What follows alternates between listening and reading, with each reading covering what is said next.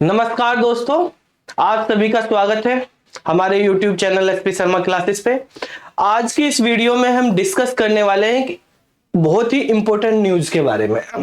आपने देखा होगा ये न्यूज, अगर आपने समझी पढ़ी होगी पहले, कि सीबीएसई ने ये एक न्यूज निकाली है, नोटिस निकाला है कि नवंबर से ओपन बुक एग्जाम संभव हो है।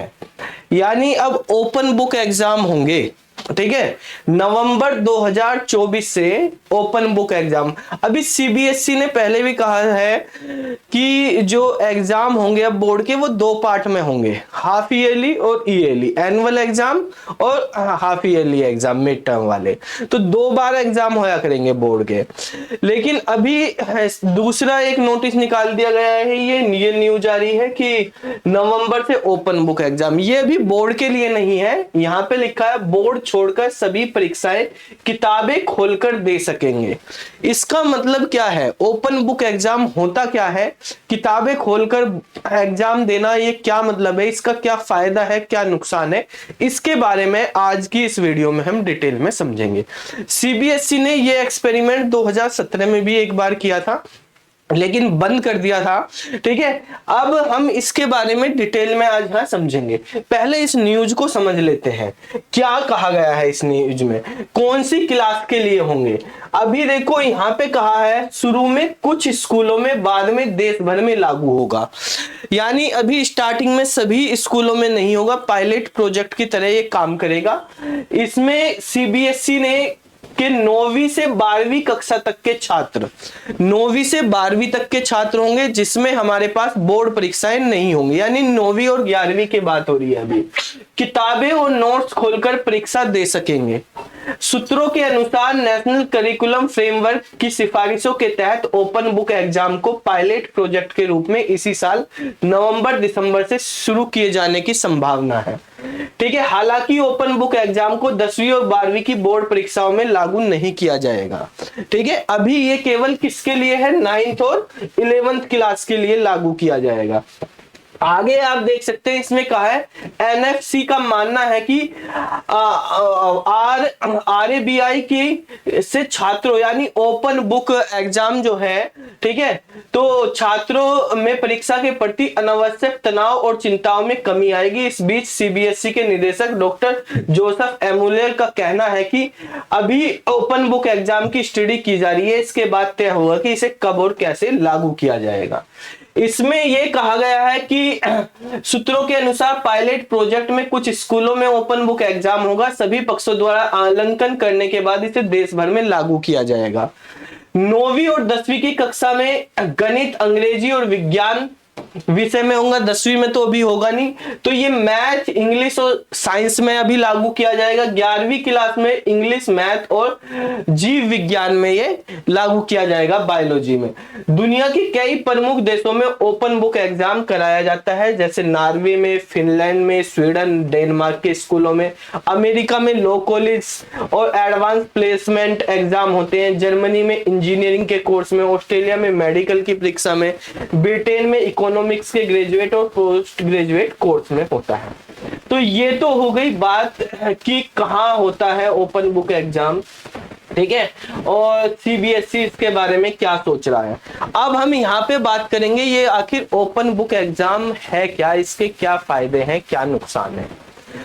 देखो भाई, ओपन बुक एग्जाम, अगर आप ये नाम सुनते हैं आपको लिख के समझ में आएगा एक बार, तो आप सोचेंगे कि एजुकेशन का भट्टा बैठा रहे हैं ये। यानी बच्चे को जब ये मिल जाएगा कि भाई पेपर में जा तू और किताब आपके पास है, नोट्स आपके पास है, क्वेश्चन आएंगे, पेपर आएगा, आपको किताब में से देख के लिखना, ऐसा नहीं है। पहली बात आप ये समझ लीजिए, ओपन बुक एग्जाम का मतलब ये कतई नहीं है कि आप को जो है क्वेश्चन जो है किताब खोल के लिखने हैं, किताब में आपको क्वेश्चन के आंसर मिल जाएंगे। अब आप एक बात बताइए, आप ने भी सबने जो वीडियो देख रहे हैं, ठीक है, कम से कम 10th तो पास कर ही ली होगी, ठीक है, तो आपने पढ़ाई की हुई है, नर्सरी से पढ़ाई करते हैं आप, ठीक है। कुछ बच्चों ने पोस्ट ग्रेजुएशन भी की हुई है, पीजी तक भी की हुई है। अब आपने देखा होगा कि आपके पास जो टेक्स्ट बुक आप पढ़ते हैं, मान लिया फॉर एग्जांपल क्लास 11th की ही बात कर लेते हैं। क्लास 11th में आपने मैथ्स की टेक्स्ट बुक पढ़ी, मैथ की बुक है आपके पास, एनसीईआरटी की बुक है या कोई सी भी बुक है, आप पढ़ते हैं। अब बुक के अंदर क्या होता है, पहले चैप्टर होता है, उसके बारे में सब लिखा होता है, उसके बाद एक्सरसाइज होती है, एक्सरसाइज में क्वेश्चन होते हैं। आपके पास घर पर बुक रहती है, स्कूल में भी बुक रहती है, बुक में सारी चीज लिखी होती है, तब भी आप एक्सरसाइज सोल्व क्यों नहीं कर पाते भाई? क्यों आपको ट्यूशन की जरूरत पड़ती है? फिजिक्स है, केमिस्ट्री है, आपके पास पूरा चैप्टर के बारे में डिटेल में लिखा हुआ है, टॉपिक के बारे में पूरा चैप्टर है, बुक आपके सामने है। एक्सरसाइज आती है, एक्सरसाइज के लिए आपको टीचर की जरूरत क्यों पड़ती है? आप स्कूल में टीचर से या ट्यूशन में टीचर से क्यों पूछते हो? जब आपके पास बुक है तो भाई आप कर लो ना वहीं से उस क्वेश्चन को सोल्व, ठीक है? क्यों आपको जरूरत पड़ रही है? नहीं हो पा रहे ना क्वेश्चन सोल्व, ठीक है? टीचर की यही तो जरूरत, जो आपको पूरा चैप्टर पढ़ा दिया उसके बाद जो एक्सरसाइज है, एक्सरसाइज के क्वेश्चन नहीं कर पाते बच्चे, तो जो एग्जाम में क्वेश्चन आएंगे क्या वो बुक में से कर पाएंगे? ये इस ओपन बुक एग्जाम का, जो ओपन बुक एग्जाम है, इसका मेन उद्देश्य है रट्टाफिकेशन को हटाना। क्या उद्देश्य है? रट्टाफिकेशन को हटा के लॉजिकल थिंकिंग डेवलप करना बच्चों के अंदर। अब अभी क्या होता है, अभी पेपर किस तरह का आता है, आपके पास बुक है, बुक के अंदर चैप्टर में टॉपिक है, ठीक है? जैसे मान लिया टॉपिक है कोई भी, फैराडे का नियम लिख दो, ठीक है? मान लिया फिजिक्स का है, तो फैराडे का नियम बुक में लिखा हुआ, आप उसे रट के गए और वो आपने लिख दिया, ठीक है? तो मतलब मेमोरी बेस हो रहे हैं एग्जाम। अब वो चेंज करके फैराडे के नियम का क्या एप्लीकेशन है, कहां उसको यूज करना, कैसे उसको रियल लाइफ में इंप्लीमेंट करेंगे, क्वेश्चन इस तरह का आएगा पेपर में। क्वेश्चन ये नहीं आएगा कि फैराडे का नियम लिख दे और किताब में से उतार दे। तो जो क्वेश्चन का लेवल है, हाई ऑर्डर थिंकिंग क्वेश्चंस आएंगे आपके पास, जो पेपर होगा वो high order thinking. Computer science का ये एग्जांपल ले लो भाई, कंप्यूटर साइंस की बुक में आपको बता दिया कि फॉर लूप का कॉन्सेप्ट ये है, ये चलेगा।